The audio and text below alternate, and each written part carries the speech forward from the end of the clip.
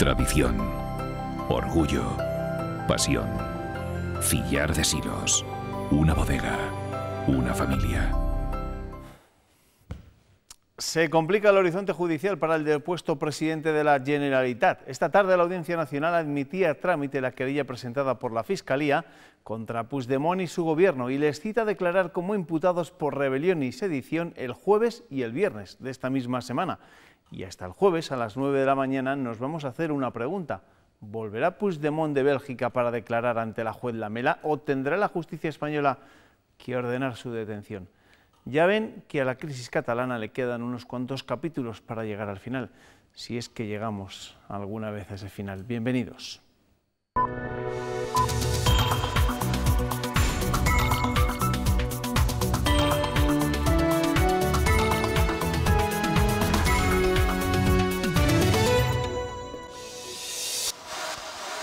El protagonista de la imagen del día no podía ser otro. El presidente cesado de la Generalitat ha reaparecido en una multitudinaria rueda de prensa en Bélgica, en Bruselas. Ha dicho que no va a pedir asilo, pero también ha dicho que no volverá a España hasta tener garantías de un juicio justo. Es decir, que no sabemos si estará el jueves en la Audiencia Nacional para declarar en calidad de investigado por los delitos de rebelión, sedición y malversación. Asesorado por un abogado que también defendió a miembros de ETA, Puigdemont reaparece en Bruselas acompañado por 6 de sus exconsejeros y 3 eurodiputados, y a diferencia de lo que se pensaba... No estoy aquí para pedir asilo político, no es una cuestión de la política belga, estoy aquí por ser la capital de Europa. En su primera aparición desde que fue cesado, Puigdemont lanzaba un mensaje en 3 idiomas a Europa. Permitir la violencia de la extrema derecha es terminar con los derechos de Europa. Ya aprovechaba para criticar las decisiones de la Fiscalía de querellarse contra su gobierno por sedición, rebelión y malversación. Persiguen las ideas, no los delitos, y esto hace evidente los graves déficits democráticos que hay en el gobierno español. Este Estado me amenaza con 30 años por cumplir con mi programa electoral. Puigdemont se toma las elecciones del 21 de diciembre como un reto democrático que va a aceptar. Nosotros vamos a respetar los resultados del 21 de diciembre. Las elecciones son democracia y en el terreno democrático es donde somos más fuertes. No ha especificado cuánto tiempo permanecerá en Bruselas junto a sus exconsejeros, pero Puigdemont ha asegurado que por el momento no tiene las suficientes garantías para volver a España. En Cataluña se ha quedado otra parte del exgobierno, que ha celebrado una reunión informal presidida por Oriol Junqueras en una sala del Parlamento. La juez les da 3 días para abonar 6 millones de euros de fianza. Además, el Supremo ha admitido la querella por rebelión contra Carmen Forcadell y los miembros de la mesa del Parlamento catalán. Las declaraciones de Puigdemont en Bruselas han motivado las reacciones de los partidos en nuestro país. Tanto desde el PP como desde Ciudadanos le recuerdan al expresidente de la Generalitat que la justicia no le persigue por sus ideas. Si al señor Puigdemont sí que es cierto que se le está persiguiendo o se le va a perseguir en España, pero se le va a perseguir por haber provocado o intentado provocar un golpe al Estado. Aquí no se persigue a Puigdemont o a Junqueras penalmente por ser independentistas, porque la prueba es que hay muchos independentistas que no se les persigue por ningún delito. La prueba es que a ellos se les persigue por posible sedición o rebelión, que es lo que ellos sabían que estaban cometiendo. El presidente de la Junta ha calificado de estrambótico ese viaje de Puigdemont a Bélgica. Juan Vicente Herrera dice que este es un momento para estar con el pueblo de Cataluña y se ha mostrado rotundamente en contra de boicot a algunos de sus productos. Uno de los graves problemas de un gobernante es no ser previsible, pero entre ser imprevisible y ser estrambótico, esta mañana decía algo, yo creo que muy sabio, pues un alto responsable del gobierno belga, yo creo que el viceprimer ministro, ¿no? Hombre, cuando uno declara la independencia de su tierra, lo lógico es estar cerca de su pueblo, ¿no? No sabemos en virtud de qué, pues ayer algunos han desaparecido de la faz de la tierra. En Madrid, esta tarde se ha reunido en convocatoria extraordinaria el Consejo de Ministros para analizar las elecciones catalanas del 21 de diciembre. La reunión ha sido en Moncloa, pero la rueda de prensa posterior la ha ofrecido el delegado del gobierno catalán en Barcelona. Más de 5,5 millones de catalanes están llamados a las urnas, de ellos 224.000 viven fuera de España, sobre todo en Francia, Argentina o Alemania. El censo ha crecido con respecto a la cita de 2015 en más de 43.000 personas. Podrán votar en los 947 municipios de Cataluña en 2.706 locales y con 8.240 puntos de votación. Pues sobre la crisis en Cataluña ha hablado también esta mañana en León el presidente del Círculo de Empresarios, Javier Vega de Seoane. Espera que las elecciones del 21 de diciembre arreglen lo que ha calificado como el disparate y la irresponsabilidad de los dirigentes independentistas que ha echado a empresas de Cataluña y ha paralizado también inversiones. Tengo mucha confianza en el seny de los catalanes. Los catalanes es un gran pueblo, han tenido la mala suerte de tener unos líderes irresponsables, no solamente porque no están cumpliendo la ley, sino fundamentalmente porque han dividido al pueblo catalán. Momento ya de presentarles a mis tertulianos con los que tenemos mucha tela que cortar esta noche. Ana Rodríguez, ¿qué tal? Bienvenida, buenas noches. Buenas noches, muy bien. Chema Crespo, ¿cuánto tiempo sin verte? Bueno, sin verte aquí, viéndote por todas las teles posibles, habidas y por haber, pero aquí hace tiempo que no te veíamos. Y bien que lo siento y bien que lo lamento. Bueno, sabes que pues, para mí los jueves con vosotros era martes, una cita obligada. Hoy es martes. Falso jueves para mí y regreso para Madrid. ¿Qué le vamos a hacer? Muy bien, bienvenido. ¿Qué tal, Ernesto? Buenas noches, bien. Léenos la prensa rápido, que tenemos que ir con una última hora con un atentado, bueno, no atentado, sino un suceso que ha habido en Nueva York. Ahora se lo contamos. Pues mira, empezamos con la Gaceta de Salamanca, que destaca en su primera la participación de Silvia Clemente, la presidenta de las Cortes, en el foro del periódico de la Gaceta. Y allí señaló que en Cataluña se ha adoctrinado a la población. También señaló que los expertos surgen una reforma de la Constitución y del Estado de las autonomías. Diario de León destaca en su primera que el Ministerio de Medio Ambiente busca una solución a la variante de Pajares sin las confederaciones del Norte y del Duero.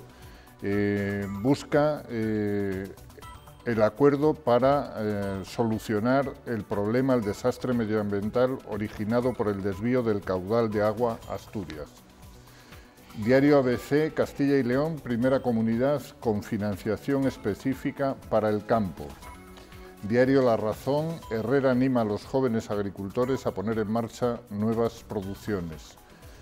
Diario de Ávila, desmantelada por la Guardia Civil una banda que robaba y despiezaba coches para trasladar sus piezas, sus partes a Polonia, donde eran comercializadas.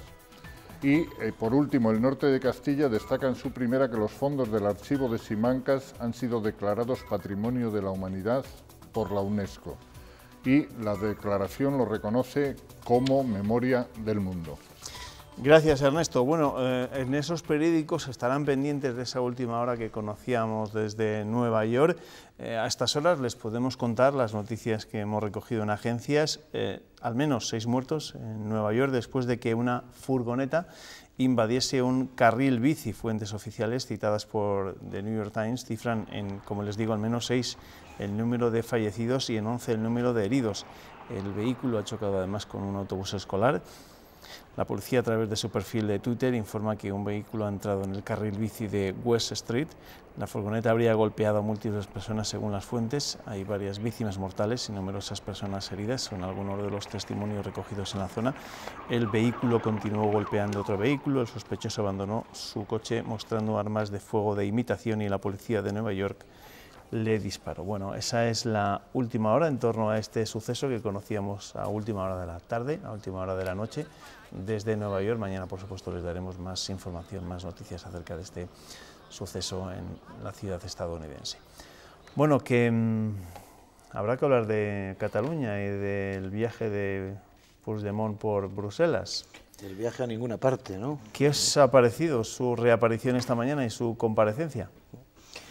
Bueno, lo primero que habría que decir es que el señor Puigdemont podía viajar a donde quisiera. Es un ciudadano más que no tenía ninguna restricción en su capacidad de ambulación y de viajar, porque no tenía aplicada ninguna medida preventiva que le imposibilitara, pero era bastante llamativo la forma en la que hizo ese viaje, acompañado de una parte de su ex gobierno y además pues aprovechando la oportunidad que le habían ofrecido algunas declaraciones de la parte flamenca de Bélgica, que hay que recordar a nuestros telespectadores que Bélgica estuvo pues prácticamente un año sin gobierno, porque allí conviven dos comunidades que no eran capaces de ponerse de acuerdo, entonces hay una tensión nacionalista severísima en Bélgica, ¿no?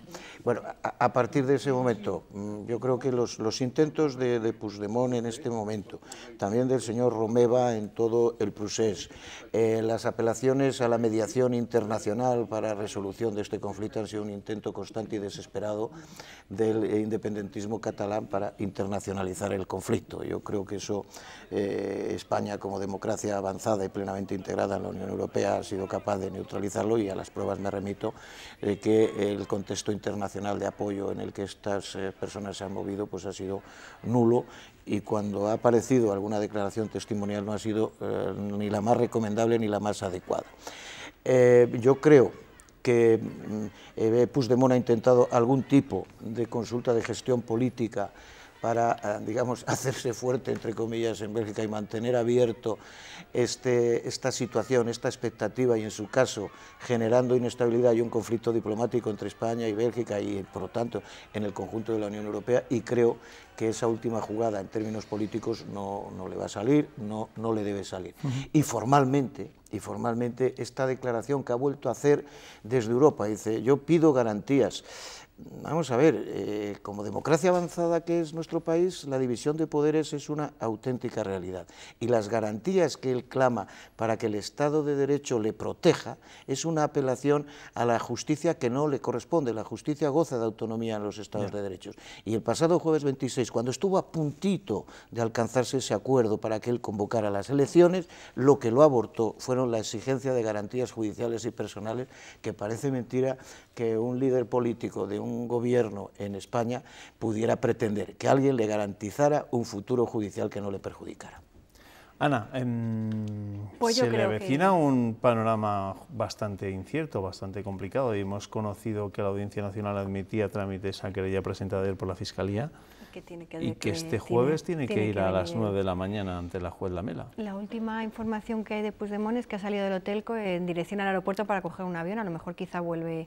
Sí, la vanguardia da por hecho que vuelve a Barcelona. Que vuelve a Barcelona, y que aunque él dice que no ha recibido la notificación para tener que ir a declarar, es probable que sí que se presente. Yo creo que lo que ha hecho hoy el señor Puigdemont ha sido un capítulo más de este circo que se ha montado él y sus palmeros, y creo que ha demostrado que es un...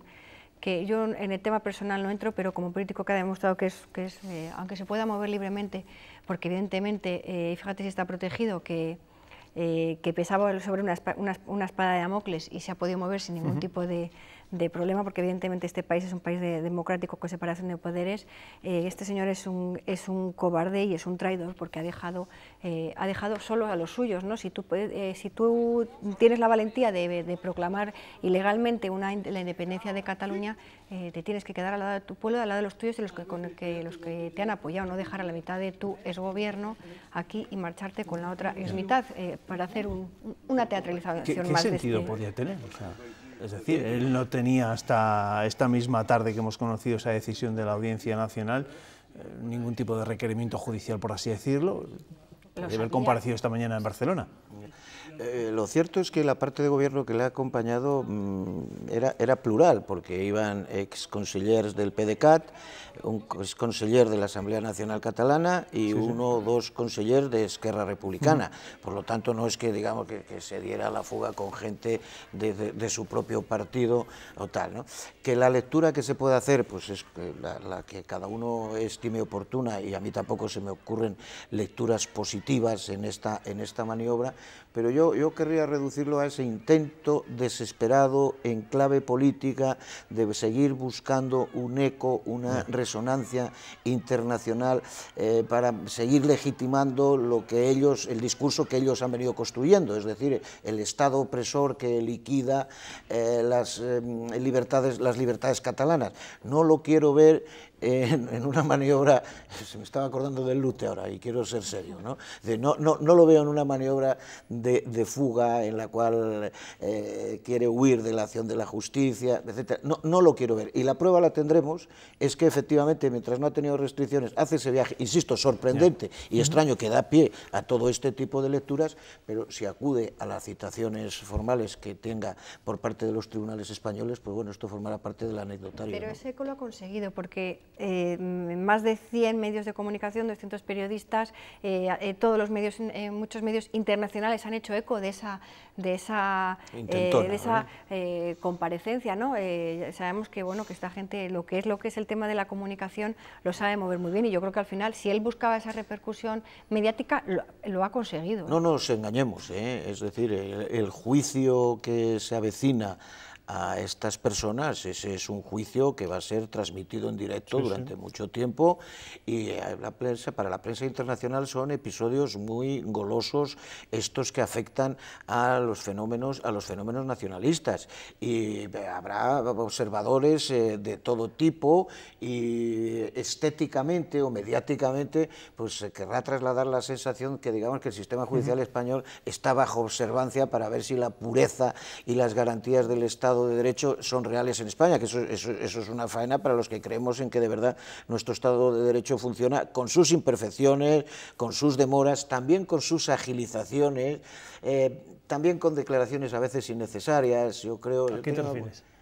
Sí, hombre, no puede ser que la carpeta de la Fiscalía General del Estado se titule "Más dura será la caída", ¿no? Yo creo que son cosas innecesarias. El fiscal general del Estado, que ha hecho su trabajo, yo he tenido alguna ocasión, alguna conversación con él ya lo advirtió, de esa manera, que luego dices, oiga, pues ahórrese usted las advertencias, pero ya lo advirtió, más o menos, lo traduzco a mi lenguaje.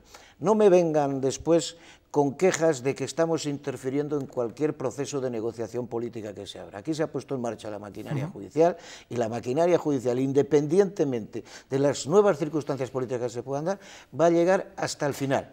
Y al gobierno de turno, en su caso, le quedará la figura de los indultos si lo estima por conveniente. Claro, eso les llevaba a los independentistas a decir que, bueno, que el fiscal general, pues que poco menos que les amenazaba constantemente. Bueno, ya veremos cuál va a ser el recorrido judicial de todo este caso, de la declaración de independencia del pasado viernes y de las repercusiones jurídicas que puede tener esto para los principales imputados, en este caso, ¿no? Tanto el gobierno catalán como también la presidenta del Parlamento catalán y los miembros de la mesa de ese Parlamento, que tienen que ir en este caso a declarar ante el Supremo porque continúan siendo aforados. Pero respecto a las elecciones del 21 de diciembre, y hemos conocido todo el dispositivo que ha puesto en marcha el Gobierno central, el propio Puigdemont esta mañana ha venido a reconocer que acepta ese duelo el 21 de diciembre. Yo no sé si creéis que va a ser candidato o que puede formar parte de alguna lista. A día de hoy, él todavía se puede presentar. No está inhabilitado. Él no está inhabilitado aún.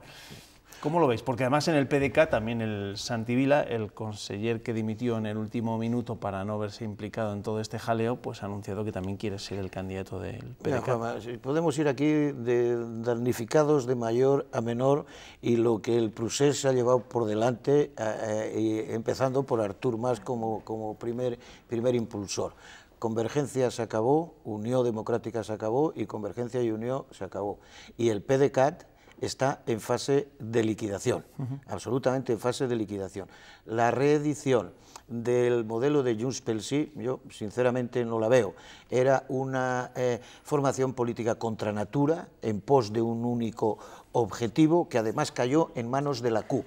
Daros cuenta que ahí convivía la derecha burguesa catalana de toda la vida, junto con la izquierda republicana de toda la vida catalana, más una serie de asociaciones convenientemente alimentadas durante muchos años por el independentismo catalán, que la fatalidad del resultado electoral hace que sean los antisistema. Esos no han engañado en ningún momento y siguen sin engañar. Nosotros hemos venido aquí para descomponer el sistema desde dentro y a fuer que lo han conseguido en determinados niveles. Por lo tanto, yo creo que esa reedición de esa formación creo que no se va a producir. Yo creo que Puigdemont está severamente castigado ya ante la opinión pública, pero difícilmente descartar. Daros cuenta también que en aras del victimismo hay quien está sugiriendo una candidatura única y tal, encabezada por los Jordis de la Asamblea Nacional Catalana, de Unión Cultural, a la que podría incorporarse en su caso la señora Forcad, es decir, una lista de imputados en relación con el procés. Pero creo que Esquerra Republicana quiere aprovechar la oportunidad en serio, y en el otro lado de formaciones políticas, otra de las cosas que se ha llevado el proceso ha sido una crisis severa en el seno de Podemos, pero para el conjunto del Estado, o sea, Podemos como partido de ámbito estatal con 5 millones de votos está sufriendo un coste inmenso como consecuencia de la manera que ha tenido de afrontar la crisis compleja catalana. Ciudadanos yo creo que ha estado en un estado de ansiedad permanente. Desde aquí los problemas se arreglan convocando elecciones y ganando Inés Arrimadas, y entonces esto se acabó, no lo sé. El PP está estable dentro de su relatividad en Cataluña, y veremos el PSC, las bazas que ha jugado, esas tareas de mediación hasta el final, si le van a producir. Conviene recordar el dato que daba esta misma tarde el CIS catalán, que venía a decir que Junts pel Sí, la CUP, ganarían las elecciones en escaños, pero no en votos. Bueno, dibuja un Parlamento catalán muy similar al actual. Dice también en otra de sus preguntas que ha subido el número de independentistas, ahora cifra el independentismo en torno al 48%. Yo estoy de acuerdo con Chema, porque evidentemente esa coalición del Junts pel Sí yo creo que la CUP, para empezar, probablemente la CUP diría que no, porque se siente traicionada, ellos se sienten traicionados por el PDeCAP. Sí, aparte que ellos no formaban de parte de Junts pel Sí. Podemos estar ahora mismo en... Alguien, no sé qué periódico lo titulaba, Iglesias aplica 155 Eso lo ha dicho el propio líder de Podemos en Cataluña, ¿no? Qué poca gracia le ha hecho, lo ha dicho Dante Fachín, ¿no? Dice, eres como Rajoy. Bueno, pues mira, exactamente, y es verdad, y yo creo que bueno que los datos que se han conocido hoy del observatorio catalán reflejan un mismo panorama, ¿no? Habrá que confiar en que, igual que se movilizaron el domingo cientos y cientos de miles de ciudadanos, pues que acudan a las urnas, no un 74, sino un 100%. De esa teoría, perdona que le voy a dar un poco de baza a Ernesto, es precisamente Ernesto Escapa. Él considera que en estas elecciones el constitucionalismo, que antes en las elecciones autonómicas acostumbraba a quedarse en casa, no ir a votar, y no participar, que en esta ocasión va a participar en masa. Pues habrá que superar ese 74%. Yo creo que sí, y después hay que ponderar el coste de este simpa organizado por Puigdemont y por esa media docena de exconsejeros que se han marchado para intentar no pagar la juerga y los gastos del 1 de octubre, pero en fin, yo creo que esa operación que le ha resultado fallida, y al final si no se ha quedado en Bruselas más tiempo es porque no ha conseguido expectativas de que le arreglaran lo suyo, pues yo creo que eso va a suponer también un ingrediente más a la hora de potenciar el voto de los partidos constitucionalistas. Y es que yo quería insistir en esto un instante nada más. Es que por esta vez la ciudadanía catalana ya tiene todos los elementos de juicio para votar a quien le interesa para gestionar lo suyo. En los últimos años la ciudadanía catalana se ha movilizado emocionalmente en virtud del derecho a decidir, ¿no? de ese estado de ánimo en el cual había cuajado de no nos dejan decidir, yo no soy independentista pero quiero votar, y por lo tanto no se profundizó en lo que significa la independencia, los beneficios, las desventajas, los inconvenientes que lleva. Ahora mismo, con todo lo que se ha sucedido, aquello se ha puesto puesto patas arriba, y todo el electorado catalán sabe las consecuencias de su voto, y yo creo que eso es tremendamente positivo, y definitivamente ahora sí son los ciudadanos catalanes con su voto los que tienen. Los independentistas han quitado la máscara y, sí, se ha visto cómo son y cómo actúan. Sin duda. Sin duda, y las consecuencias económicas y los riesgos personales que esto conlleva para el empleo, para el prestigio internacional, para la convivencia, etcétera, etcétera. Entonces, esto está todo sobre la mesa. Va a ser de las pocas veces en las cuales un cuerpo electoral dice, oye, yo ya he visto la que me han liado, sí. Que decidan, ¿no? Que decidan, que eso es lo importante, que haya urnas y que estas urnas sean legales y no que lleguen a los colegios electorales a escondidas. Entre las aventuras de Puigdemont en Bélgica y la víspera del Día de Todos los Santos, nuestro quinto tertuliano sigue sin poder pillar el sueño. Vamos a escucharle. No puedo pegar ojo. Por donde quiera que fui, la razón atropellé, la virtud escarnecí, a la justicia burlé y a las mujeres vendí. Yo a las cabañas bajé, yo a los palacios subí, yo los claustros escalé, y en todas partes dejé memoria amarga de mí. Parece escrito para Carles Puigdemont, pero no. Es del Tenorio, que mañana son todos los santos. Carles no da para tanto. ¡Truco, trato! Calla, Carles, que no son horas. No son horas. No son horas, aunque seguro que muchos niños todavía están pensando en esa noche de Halloween. Vamos a hablar de temas de aquí, de temas de nuestra comunidad. PSOE, Podemos e Izquierda Unida han presentado sendas enmiendas de totalidad a los presupuestos de la Junta para 2018. Se debatirán el próximo martes. Desde esos partidos aseguran que los presupuestos consignan los recortes y que no incluyen partidas para luchar contra la despoblación. Una política fiscal diferente, queremos un suelo social que blinde nuestros servicios públicos y queremos que haya un cambio del modelo económico productivo que acabe con la despoblación y que además garantice la prestación de servicios públicos en el medio rural. Son unos presupuestos que sorprendente y lamentablemente no consignan ni un solo céntimo de euro al principal problema que sufrimos en Castilla y León, que es la despoblación. Cada vez que abordamos temas que tienen que ver con los presupuestos regionales, le rejuvenecemos unos cuantos años a Chema Crespo, ¿no? Y se acuerda de aquellos tiempos en los que él, siendo procurador... Qué plenos más divertidos, con la UPL allí. Sí, bueno, divertido... Añoras aquellas épocas. Divertidos para los que no nos cansábamos de perder las votaciones. Había algún incidente. Bueno, el pleno de presupuestos siempre se dice, ¿no? Es en el que se juega la comunidad autónoma el futuro.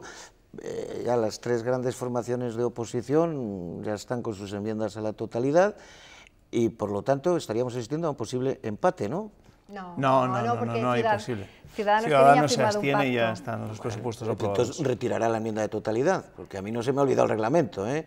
Es decir, si en presupuestos es la única que se votan todas las enmiendas de totalidad conjuntas, para que si la Cámara expresa que por distintas razones los grupos parlamentarios no están de acuerdo con el presupuesto, al votarlas conjuntamente se perderían. Todos están trabajando ya en las enmiendas parciales porque saben que las enmiendas a la totalidad no van a ningún sitio, porque es que hay un acuerdo para sacar adelante los presupuestos con los 5 procuradores de Ciudadanos. Entonces, bueno, han hecho... ¿Y entonces por qué presentan la enmienda de totalidad? Bueno, pues José Sarrión, el portavoz de IUECO, del Grupo Mixto, lo ha dicho, dice, la oposición es nuestro deber, tenemos que presentar la enmienda de la oposición, pero sabemos que no van a ir a ningún sitio, ¿no? Todos los grupos están trabajando ya en enmiendas parciales. ¿Qué queréis que os diga? No es serio. Bueno, nos hacen trabajar mucho a los periodistas. Bueno, eso además, pero también se tratará de lanzar mensajes a los ciudadanos. Oiga, si usted tiene un pacto, bueno, que es dignísimo. Pero es un mensaje, ellos están en contra totalmente de estas cuentas, tanto PSOE como Podemos, como Grupo Mixto, como Izquierda Unida y ECO. Consideran que se destina mucho dinero a conseguir el objetivo de déficit y a pagar la deuda, que no hay dinero para la despoblación, que no se arreglan los recortes que en años de crisis han hecho a la educación, a la sanidad y a los servicios sociales. No son las principales críticas, que además los tres grupos coinciden, la han presentado, pero están trabajando ya en las enmiendas parciales. Yo insisto, me parece igual de digno mantener enmiendas a la totalidad a los proyectos de ley de presupuesto del Gobierno por las formaciones políticas que consideran que no son los mejores, que no son los que se ajustan a las necesidades de la comunidad y que después ya de 30 años además pues se pueden hacer también balances de que, oiga, con una determinada política económica pues la comunidad está donde está. Sin ir más lejos, lo que no acabo de entender es que una formación política exprese el mismo rechazo a esos presupuestos que las otras formaciones políticas y que simultáneamente ya tenga establecida la negociación. Y es que parece que condenamos a la clandestinidad la negociación, y yo creo que los tiempos están también para alcanzar acuerdos, pero las dos cosas a la vez me parecen un poco sorprendentes, ¿no? Estamos a punto de terminar nuestro tiempo de tertulia, pero les voy a pedir a mis compañeros que recuperen las imágenes de última hora, ese suceso que tenía lugar en Nueva York. Les cuento lo que publican los medios de comunicación: al menos 6 muertos y 11 heridos han sido registrados tras el atropello múltiple que ha tenido lugar esta misma tarde en Nueva York. La policía de la ciudad ha confirmado que tiene bajo custodia a un hombre, mientras que insiste el incidente al sur de Manhattan está siendo tratado como ataque terrorista. Según el diario estadounidense The New York Times, un hombre conducía una pick-up, invadió el carril bici próximo al río Hudson en el Bajo Manhattan, golpeando a varias personas. Además, el vehículo colisionó con un autobús escolar. Y es lo que les podemos contar de última hora. Esas son las imágenes que se han podido ver este mismo martes en Nueva York. Imágenes también espectaculares las que vamos a ver a continuación. Ha sido una mañana de extrema tensión en el centro de Cangas de Onís, en Asturias. Un guardia civil ha resultado herido de bala en un brazo en un atraco con toma de rehenes de una sucursal bancaria. Había 3 asaltantes implicados, uno ha huido, otro ha sido detenido y el tercero, que se encontraba atrincherado, finalmente se ha pegado un tiro. Cangas de Onís despertaba con un tiroteo a las puertas de una céntrica sucursal bancaria. Tensión entre los agentes y entre los ciudadanos. Abrir el portal, por favor. Por favor, gracias. Tiros venían por todos lados. Digo, ¿qué pasa aquí? Me asomé a la ventana, pero tuve miedo, me volví a meter. Pues me asomo a la ventana y le digo, oiga, disparos.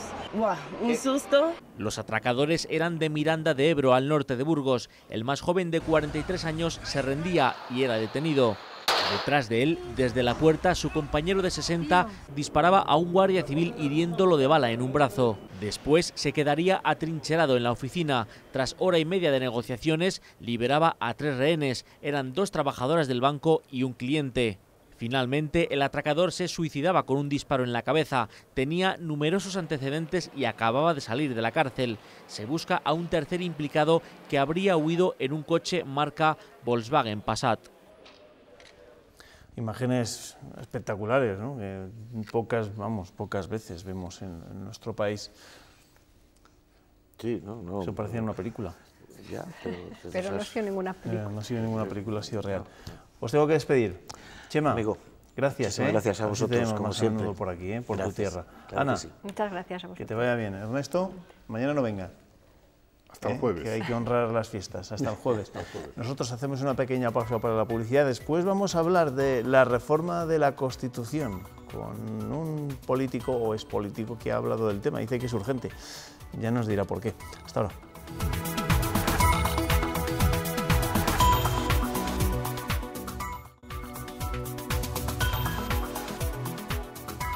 La Constitución española cumple el próximo 6 de diciembre 39 años, pero estos días estamos hablando de ella más que nunca, por el artículo 155 y por el modelo territorial. Hoy hemos invitado en el tiempo de entrevista al autor de este libro que tengo en mis manos, La reforma de la Constitución, una necesidad urgente. El que lo ha escrito es el doctor en Ciencias Políticas y también fue diputado y eurodiputado, don José Miguel Bueno y Vicente, que me acompaña, como les digo, esta noche en el tiempo de entrevista. José Miguel, ¿qué tal? Bienvenido, buenas noches. Buenas noches. Bueno, usted habla de la necesidad de reformar y además de forma urgente la Constitución, pero esa Constitución es la que nos ha salvado, gracias a su artículo 155, de que Cataluña sea en estos momentos independiente. Quizás, pero el artículo 155 obviamente no debería de ser reformado ni quitado, debería persistir en cualquier reforma que tengamos en la Constitución. O sea, que las constituciones deben tener ese tipo de mecanismos. Es verdad que se ha dicho en estos últimos días que este artículo está copiado de otras constituciones, sobre todo de la alemana, ¿no? Efectivamente, sí, las constituciones todas tienen sus mecanismos para, lógicamente, conseguir que lo que la Constitución diga se mantenga. Dígame, ¿por qué es urgente una reforma de la Constitución? Pues es urgente por varias causas, a mi juicio. En primer lugar, el problema territorial, no solo el catalán, sino probablemente el vasco, el gallego, e incluso el de otras autonomías. Entonces, esa quizás es una de las causas. Otra causa es, yo diría, que pequeñas inestabilidades que origina este sistema político. Yeah. Recuerde que hace poco hemos estado con un gobierno en funciones durante casi un año, ¿no? Y luego porque han sido 39 años de vigencia fantástica de la Constitución, a mi juicio, globalmente considerada, y la sociedad ha avanzado mucho. Hay muchas personas que no han votado la Constitución. Me imagino que usted no la votó, porque no la llegué a votar. por su aspecto juvenil. Pero hay muchas constituciones que siguen vigente y evidentemente que no las han votado las nuevas generaciones que las votaron en su día. Pues, efectivamente, por ejemplo, la norteamericana. Claro. La norteamericciento es y no se cuestionan tanto como la nuestra. No, pero la norteamericana se ha reformado 20 y tantas veces. Ya. En sus 100 y pico años de existencia. Quiero centrarme sobre todo en el problema del modelo territorial, porque al final es el que nos ocupa. ¿Usted cree que de verdad existe una fórmula que consiga acabar con ese problema del modelo territorial? Se ha hablado mucho del Estado federal, usted plantea la posibilidad de un Estado federal, pero ¿eso de verdad resuelve los problemas que no ha sabido resolver el Estado autonómico? Resolverá algunos problemas, quizás no todos, ¿no? ¿El del nacionalismo? Algunos problemas del nacionalismo, sí. Pero insisto, no todos, no todos. Yo creo que muchos problemas del nacionalismo o de los nacionalismos territoriales que hay en España se pueden ir solucionando sobre la marcha, ¿no? Mediante negociaciones entre el gobierno central, que yo llamo gobierno federal en el libro, y los gobiernos de los territorios, que también llamo así, territorios federados, ¿no? Pero lo que es más importante son las competencias. Las competencias. Yo creo que ciertas nacionalidades, como habla la Constitución del 78, que para mí son naciones o regiones, depende de la entidad, deberían tener más competencias. ¿Más competencias? Yo pienso que sí. ¿Pero más competencias que, por ejemplo, las que tiene en estos momentos el País Vasco? Sí, por ejemplo, en términos del Poder Judicial, ¿no? Podría tener más competencias. Por ejemplo, en la colaboración con el sector exterior, es decir, ahora, como usted sabe, la Generalitat de Cataluña tiene oficinas en varios países de Europa y algunos de América, ¿no? Esas oficinas, ellos, los nacionalistas, los independentistas más que nada, pretenden o pretendían que fuesen las futuras embajadas. Yeah. Entonces, esas oficinas deberían estar integradas en nuestras embajadas, en las embajadas de España en los países correspondientes. Pero ese es el modelo federal en el que se supone que todos somos iguales y en el que la solidaridad entre territorios debe ser lo más importante, ¿o no? Evidentemente, la solidaridad entre territorios, sobre todo en el tema de la financiación. El tema de la financiación, hay que soltar un poco la financiación, sobre todo en cuanto a la fiscalidad compartida a los territorios federados, pero lógicamente los territorios federados tienen que tener mecanismos de solidaridad. No es de recibo que, por ejemplo, el Producto Interior Bruto de 3 comunidades actual, que son Cataluña, Madrid y Andalucía, sean aproximadamente el 50, un poco menos del 50% del PIB español. Mientras tanto, las demás comunidades están por porcentajes de un 5, de un 6, de un 4, de un 3. Castilla y León creo que somos el 5,9 del Producto Interior Bruto. Entonces, lógicamente, esos desequilibrios, tienen que ir compensándose. Y por ello es necesario que constitucionalmente figure un sistema adecuado del reparto, digamos, de los dineros, del reparto de la tarta, ¿no? Aunque es verdad que el modelo territorial es lo que predomina, es el debate que predomina estos últimos tiempos en nuestro país con el desafío independentista en Cataluña, pero también hay más asuntos que usted plantea en su libro y de hecho también habla de un sistema electoral más justo y participativo. ¿Cómo cree que debe ser ese modelo electoral más justo y participativo? Bueno, el modelo electoral más justo y participativo tenemos que distinguirlo entre el Congreso de los Diputados y el Senado. El Senado yo lo sitúo dentro de un Estado federal como un Senado donde están representadas las comunidades autónomas. No es así en estos momentos. No es así. Ahora votamos, en cada provincia, votamos a personas, que son los futuros senadores de las provincias. No. El Senado debe de ser la representación de las comunidades autónomas. Entonces, los senadores, los futuros senadores en un Estado federal, deben de proponerlos los gobiernos de las comunidades autónomas, con el plácet de los correspondientes parlamentos, claro está, ¿no? Eso por un lado.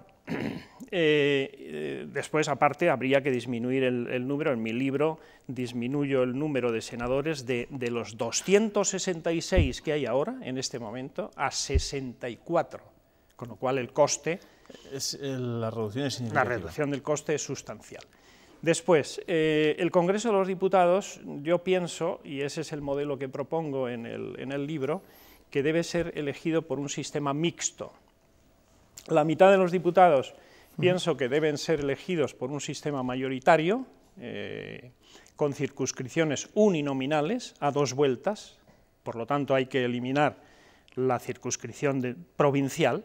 ¿Y habla de circunscripción única del conjunto del Estado? No. 175 circunscripciones uninominales, es decir, dividir el territorio español en 175 circunscripciones. Eso lo hacen las juntas electorales en los países donde hay este sistema, por ejemplo en Inglaterra o en Estados Unidos. Después, los otros 175 diputados, yo propongo que se elijan por un sistema proporcional puro, sin ley D'Hondt, que limita las posibilidades de las minorías, ¿no?, de los partidos minoritarios. Un sistema proporcional puro, donde irían listas cerradas, por supuesto, y bloqueadas, pero donde cabría la posibilidad de que pequeños partidos pudieran estar en el Congreso de los Diputados. ¿Y usted cree que los partidos están por la labor de Yo plantearse creo que no. ese tipo de reforma constitucional, sobre todo lo que tiene que ver con esto último, con lo de cambiar el modelo electoral? Yo sinceramente creo que no, a no ser que dejen a un lado sus posibilidades, sobre todo los partidos grandes, ¿no?, que dejen a un lado sus posibilidades de poder, ¿no?, y piensen un poco en un sistema más abierto, más... En realidad, el sistema mixto, que se propone en el libro, es un sistema que, por un lado, produce estabilidad, ¿no?, la parte dedicada al sistema mayoritario, y la otra parte produce apertura, es decir, es un sistema mixto, balanceado, que da más posibilidades democráticas, a mi juicio, claro.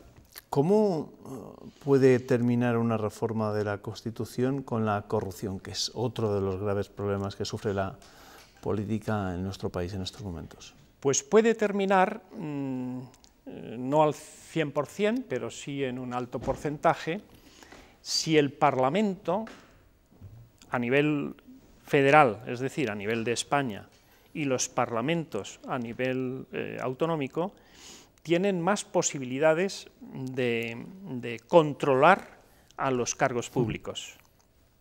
Es decir, en el libro se propone que todos los cargos públicos, desde ministros para abajo, sean aceptados por los parlamentos. Es decir, cuando un presidente propone un ministro, el Parlamento tiene que dar el plácet. Este es el sistema que se sigue en Estados Unidos. Entonces, con este sistema, el cargo público está muy controlado por los parlamentos, ¿no? Bueno, pues un libro interesante ahora que tanto estamos hablando de la Constitución y de la que hablaremos mucho durante los próximos días. Se acerca el 6 de diciembre y celebraremos el 39º aniversario de su aprobación en referéndum por parte de los españoles. La reforma de la Constitución española, una necesidad urgente, libro escrito por un salmantino, José Miguel Bueno y Vicente. Gracias por acompañarnos esta noche. Muchas gracias. Para hablar de un tema que está tan de plena actualidad. Muchas gracias a usted. Gracias, buenas noches. Gracias, buenas noches. Hoy vamos a terminar poniendo un poco de sosiego ante esta actualidad tan convulsa. Les voy a despedir con la Orquesta Sinfónica de Castilla y León, que ha llevado su música a los hospitales del Río Orteca y el Clínico de Valladolid. El objetivo es acercar la música a todos los colectivos. Les dejo con la Hostil. Adiós, nos vemos el jueves. Notas entre el bullicio de la cafetería o en el silencio de una sala de espera. Hoy la música se ha escapado de sus escenarios habituales y ha amenizado esperas y algunas preocupaciones. Estamos esperando a mi padre que está en quirófano. Era una gran idea, desde luego, para hacer las esperas hospitalarias, que son eternas, un poquito más cortitas. Vengo de la sala de extracciones, que han tocado el arpa y el violín. Y bueno, estoy embarazada y me ha causado muchísimas sensaciones, la verdad. Es lo mejor que han podido hacer. Son los músicos de la Orquesta Sinfónica de Castilla y León, que hoy ha celebrado el 7º Maratón Musical Solidario en los hospitales de Valladolid. A lo largo de 3 horas y en distintos servicios de los hospitales, maternidad, psiquiatría, oncología, ha desarrollado su actividad, está haciendo llegar la música a los profesionales y a los enfermos. Momentos especiales para trabajadores, pacientes y familiares y también para los propios artistas. Muy bonito porque podemos saludar directamente al público, podemos hablar directamente con ellos. En la sala Miguel Delibes es un poco más formal, hay una distancia. Quintetos y dúos en salas de espera y pasillos y como número final el concierto de la orquesta. En un vestíbulo donde muchas veces no gusta entrar, hoy la música ha regalado su magia.